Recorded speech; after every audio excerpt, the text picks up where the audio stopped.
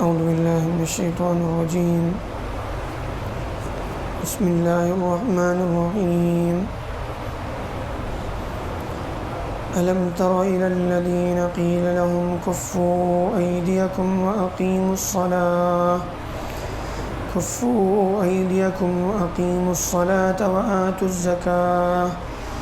فلما كتب عليهم القتال إذا فريق منهم يخشون الناس كخشية الله أو أشد خشية وقالوا ربنا لم كتبت علينا القتال لولا أخرتنا إلى أجل قريب قل متاع الدنيا قليل والآخرة خير لمن اتقى ولا تظلمون فتيلا۔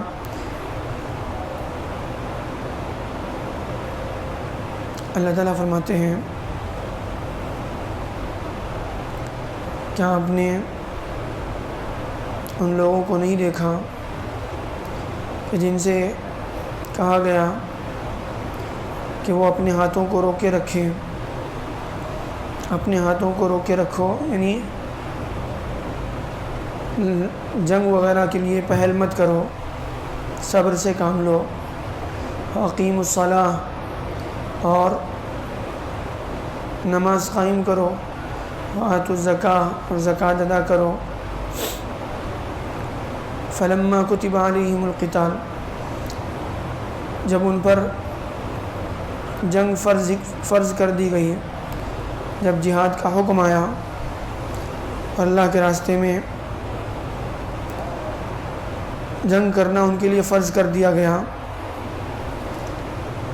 تو ان میں کا ایک گروہ جو ہے وہ لوگوں سے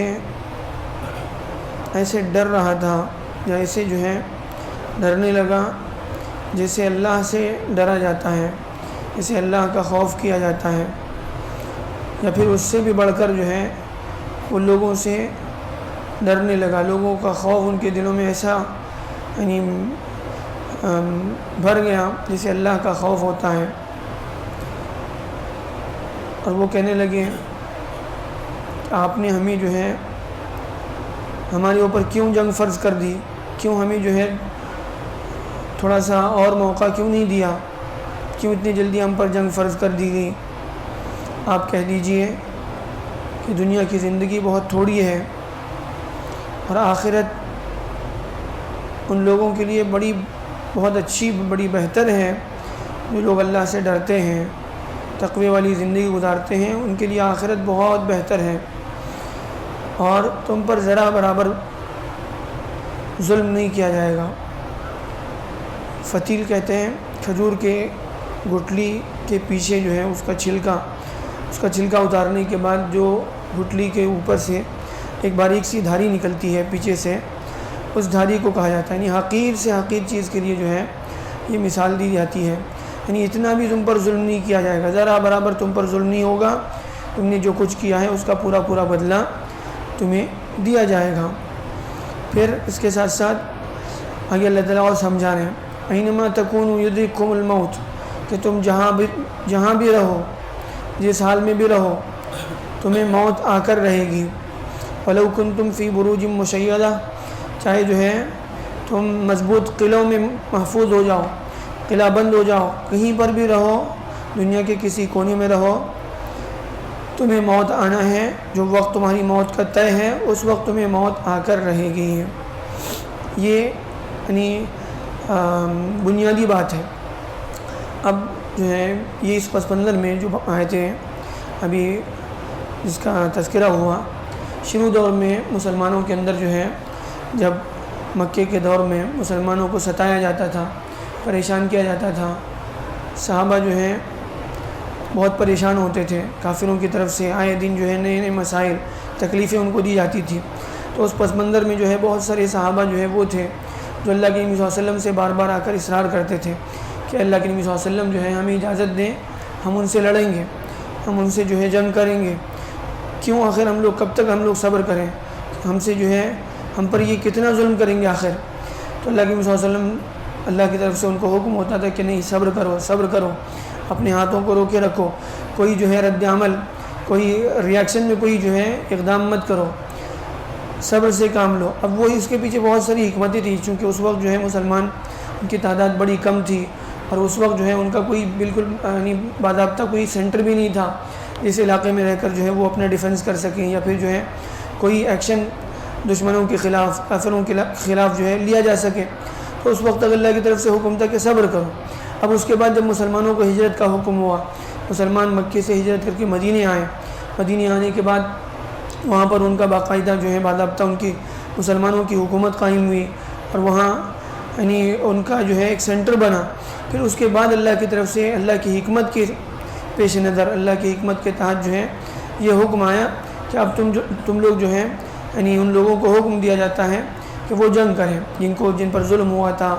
اور ساری چیزیں جو ہے ہوئی تھی پورے 13 سال، بلکہ اس کے بعد بھی اس پورے دور میں جو ہے مسلمانوں کو ستایا گیا، پریشان کیا گیا، ان کو جو ہے ان کے حقوق سب ان کے چھین لیے گئے۔ اب اس کے بعد جب اللہ کی طرف سے اس بات کا حکم آیا کہ اب تم لوگ جنگ کرو، اب یہ ہوا کہ اب سکون ہونے لگا، اب اطمینان کے ساتھ جو ہے مسلمان رہنے لگے، اب ساری چیزیں جو ہے نارمل حالت میں آنے لگی۔ اب یہ ہوا کہ اب کیوں جنگ کریں، اب تو ہم لوگ عافیت کے ساتھ ہیں، اب خواہ جو ہے پریشانی کیوں مول لیں، کیوں دشمنوں کے ساتھ جو ہے چھیڑ چھاڑ کریں۔ تو یہ اس طرح کی کیفیت جو ہے بعض مسلمانوں کی ہونے لگی۔ تو اسی پس منظر میں جو ہے اللہ کی طرف سے یہ آیت نازل ہوئی کہ نہیں، اب جب تمہیں حکم دیا جا رہا ہے، تم اب کیوں ڈر رہے ہو، اب کیوں پیچھے ہٹ رہے ہو، اب تو تمہیں آگے بڑھنا چاہیے۔ تم یہ دنیا والوں کی طرح سے جو ہے دنیا کو سب کچھ کیوں سمجھ رہے ہو، حالانکہ آخرت ہے، اصل آخرت ہے۔ اور جہاں تک رہا جو ہے موت کا مسئلہ، تو وہ تو اللہ کی طرف سے طے ہے، جس وقت اللہ کی طرف سے موت آنی ہے موت آ کر رہے گی، اس کو کوئی ٹال نہیں سکتا، چاہے آدمی اپنے گھر میں رہے، چاہے جنگ کے میدان میں رہے۔ اسی طرح سے ایک صحابی تھے اللہ کے نبی صلی اللہ علیہ وسلم کے، بڑے مشہور صحابی حضرت خالد بن ولید رضی اللہ عنہ، بڑے بہادر صحابی، بڑی جنگوں میں انہوں نے شرکت کی، اسلام لانے سے پہلے بھی مسلمانوں کے خلاف بھی جنگوں میں آئے، اور اسلام لانے کے بعد بھی کئی بڑی جنگوں میں جو ہے انہوں نے قیادت کی، اور ان کا بڑا نام تھا۔ یہ جب ان کی وفات کا وقت آیا تو یہ ان کی موت جو ہے وہ بستر پر ہو رہی تھی، تو اس وقت جو ہے وہ یعنی اس کیفیت میں موت کی جو ہے موت کا وقت تھا، اس وقت کہہ رہے تھے کہ اللہ تعالیٰ جو ہے بزدلوں کی اللہ تعالیٰ راتوں کی نیند اڑا دے، کہ میں اللہ کے راستے میں کتنی جنگوں میں شریک ہوا، یعنی کوئی جنگ ایسی نہیں تھی کہ جس وقت جنگ کا اعلان ہوا اور میں اس میں شریک نہیں ہوا، ہر جنگ میں شریک ہوا، لیکن اس کے باوجود میری موت جب آ رہی ہے تو وہ بستر پر آ رہی ہے۔